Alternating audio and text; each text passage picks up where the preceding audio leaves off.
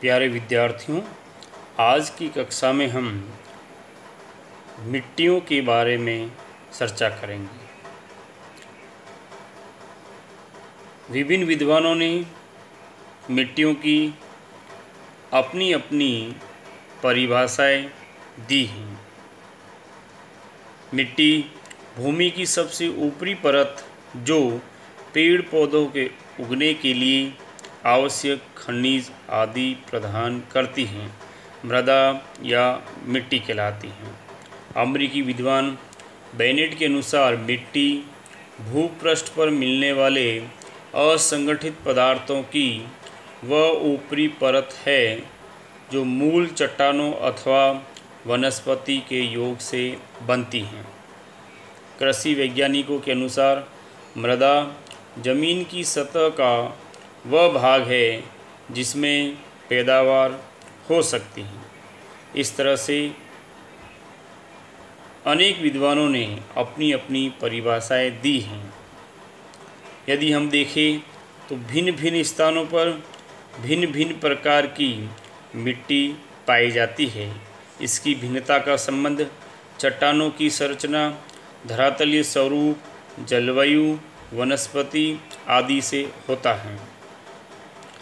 मिट्टी के अध्ययन के विज्ञान को मृदा विज्ञान या पेडोलॉजी कहा जाता है। राजस्थान में मिट्टियों के प्रकार। राजस्थान की अधिकांश मिट्टियाँ जलोढ़ और वातोड़ हैं। यहाँ की जलवायु शुष्क होने के कारण जलोढ़ मैदान धीरे धीरे वातीय मैदान में बदल गए तथा संपूर्ण पश्चिमी क्षेत्र रेतीला मरुस्थल हो गया। पश्चिमी राजस्थान की मिट्टियाँ प्राय बालूमय है। वहीं दक्षिणी पूर्वी पठारी भाग मालवा के पठार का हिस्सा है, जहाँ काली एवं कई लाल लाल मिट्टी है। राज्य में मिट्टियों की उर्वरता पश्चिम से पूर्व की ओर बढ़ती जाती है। चंबल, बनास, माही, बाणगंगा, लूणी एवं इसकी सहायक नदियों की घाटियों में उपजाऊ मिट्टियाँ पाई जाती हैं। यदि हम पश्चिमी राजस्थान की बात करें तो यहाँ की मिट्टियों में 90 से 95% बालू है और 5 से 7% मटियार पाई जाती हैं। जबकि अरावली के पूर्वी भागों में लेटराइट, लाट, दोमट, कछारी व काली मिट्टियाँ मिलती हैं। राजस्थान की मिट्टियों में कैल्शियम, मैग्नीशियम के कार्बोनेट अधिक पाए जाते हैं, लेकिन नाइट्रोजन, फास्फोरस व पोटास की कमी मिलती है। उपयुक्त विशेषताओं के आधार पर राजस्थान की मिट्टियों को 9 भागों में बांटा गया है।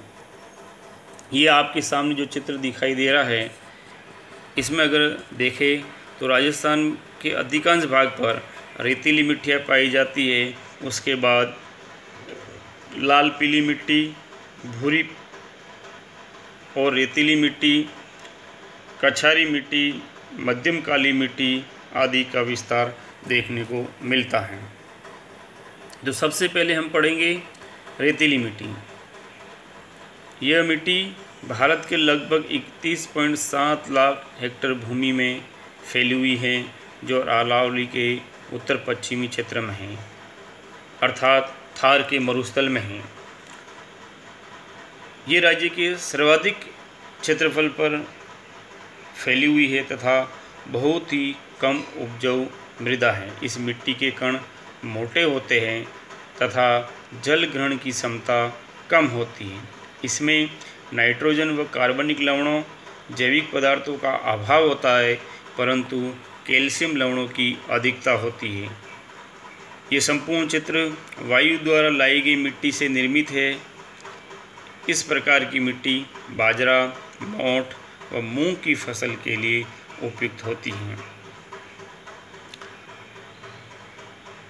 विद्यार्थियों, अगर हम देखें तो रेतीली मिट्टी को हम 4 उपभागों में बांट सकते हैं। नंबर 1, रेतीली बालू मिट्टी। इसमें 90 से 95% तक बालू होती है तथा इसका pH मान अधिक होता है। इस प्रकार की मिट्टी गंगानगर, बीकानेर, जैसलमेर, जोधपुर, बाड़मेर, चूरू व झुंझुनू जिलों में मिलती है। दूसरी देखें तो लाल व रेतीली मिट्टी जो नागौर, जोधपुर, पाली जिलों में देखने को मिलती हैं। इसी तरह से भूरी या पीली भूरी रेतीली मिट्टी, इसे स्टेपी या सरोजम मिट्टी भी कहते हैं। ये एक चूना मिश्रित मिट्टी है। चौथा प्रकार देखिए रेतीली मिट्टी का, तो रेतीली खारी मिट्टी है। ये मुख्यतः बाड़मेर, बीकानेर, जैसलमेर, नागौर जिलों में निम्न भूमि व घरतों में पाई जाती है, जिसमें लवण की मात्रा अधिक होती है तथा इस खारी मिट्टी में कृषि करना संभव नहीं होता है। तो दूसरी जो राजस्थान की जो प्रमुख मिट्टी है वह रेतीली मिट्टी है। ये पश्चिमी राजस्थान के 36,400 वर्ग किलोमीटर क्षेत्रफल में विस्तृत है, जो मुख्यतः अरावली के जो पश्चिमी जिले हैं बाड़मेर, जालौर, जोधपुर, सिरोही, पाली, नागौर, सीकर व झुंझुनू जिलों में पाई जाती है। इस मिट्टी में फास्फेट के तत्व अधिक मिलते हैं तथा नाइट्रेट की उपस्थिति से इसकी उर्वरता बढ़ जाती है। इस प्रकार की मिट्टी मक्का, ज्वार, बाजरा व मोठ की फसल के लिए उपयुक्त है। तीसरी मिट्टी को हम देखें तो इसमें लाल व पीली मिट्टी प्रमुख हैं। इन मिट्टियों का लाल व पीला रंग लो ऑक्साइड के जल योजन की उच्च मात्रा के कारण होता है।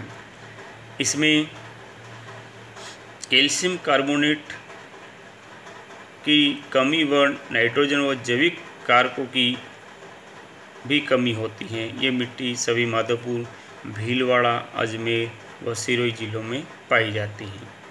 इन भागों में चिक्का, दोमट प्रकार की मिट्टियाँ पाई जाती है। इस मिट्टी का पीएच मान 5.5 से 8.5 के बीच होता है। अगली जो मिट्टी है लाल लोमी मिट्टी। इसका लाल रंग लोह तत्वों की मौजूदगी को दर्शाता है। ऐसी मिट्टी के कण बारीक होते हैं।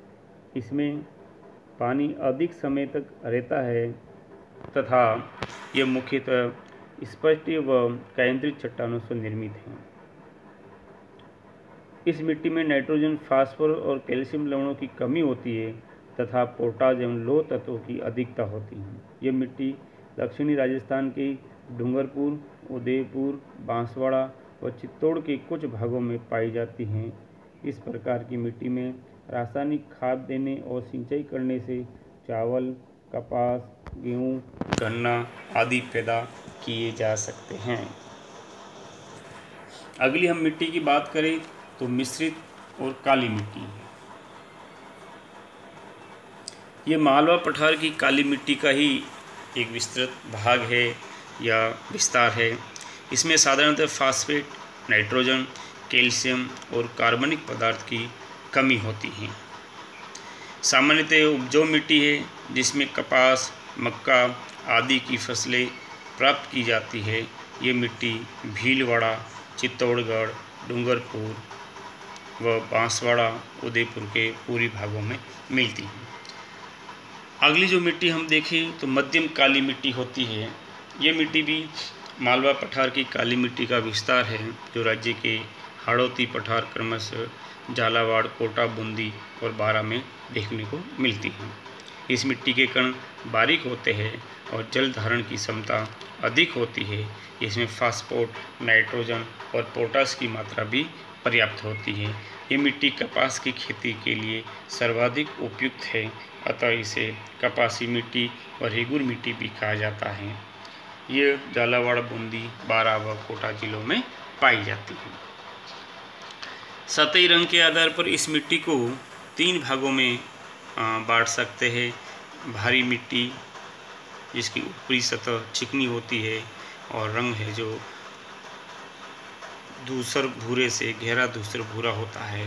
दूसरा जो इसका प्रकार होता है मध्यम भारी मिट्टी होती है।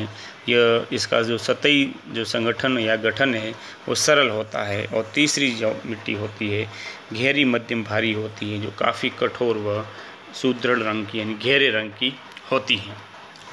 अगला जो मिट्टी का जो प्रकार है वो है जलोढ़ कछारी मिट्टी। यह मिट्टी नदियों के द्वारा बहाकर लाई गई होती है, जो सबसे उपजाऊ मिट्टी मानी जाती है।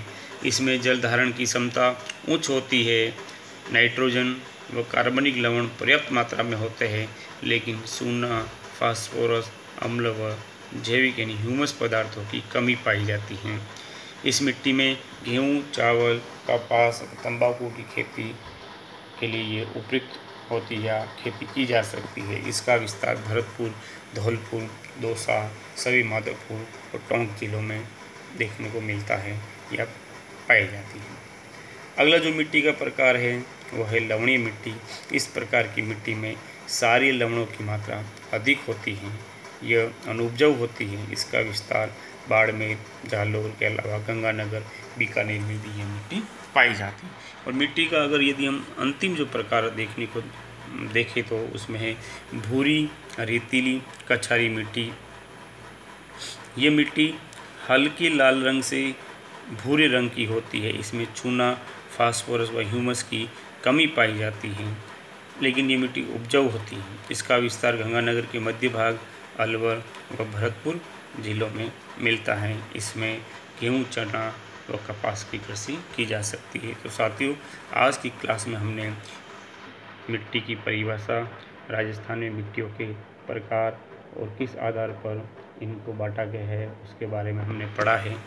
ये जो आपके सामने जो स्लाइड है या राजस्थान की मिट्टियों के जो प्रकार है, ये मैप वगैरह जो लिया है मैंने, ये पूरा नेट से लिया है। राजस्थान की जीके आप अगर नेट पे जाओगे तो उसमें राजस्थान जीके करके खोलोगे तो उसमें आपकी मैटर अवेलेबल हो जाएगा। तो साथियों, धन्यवाद।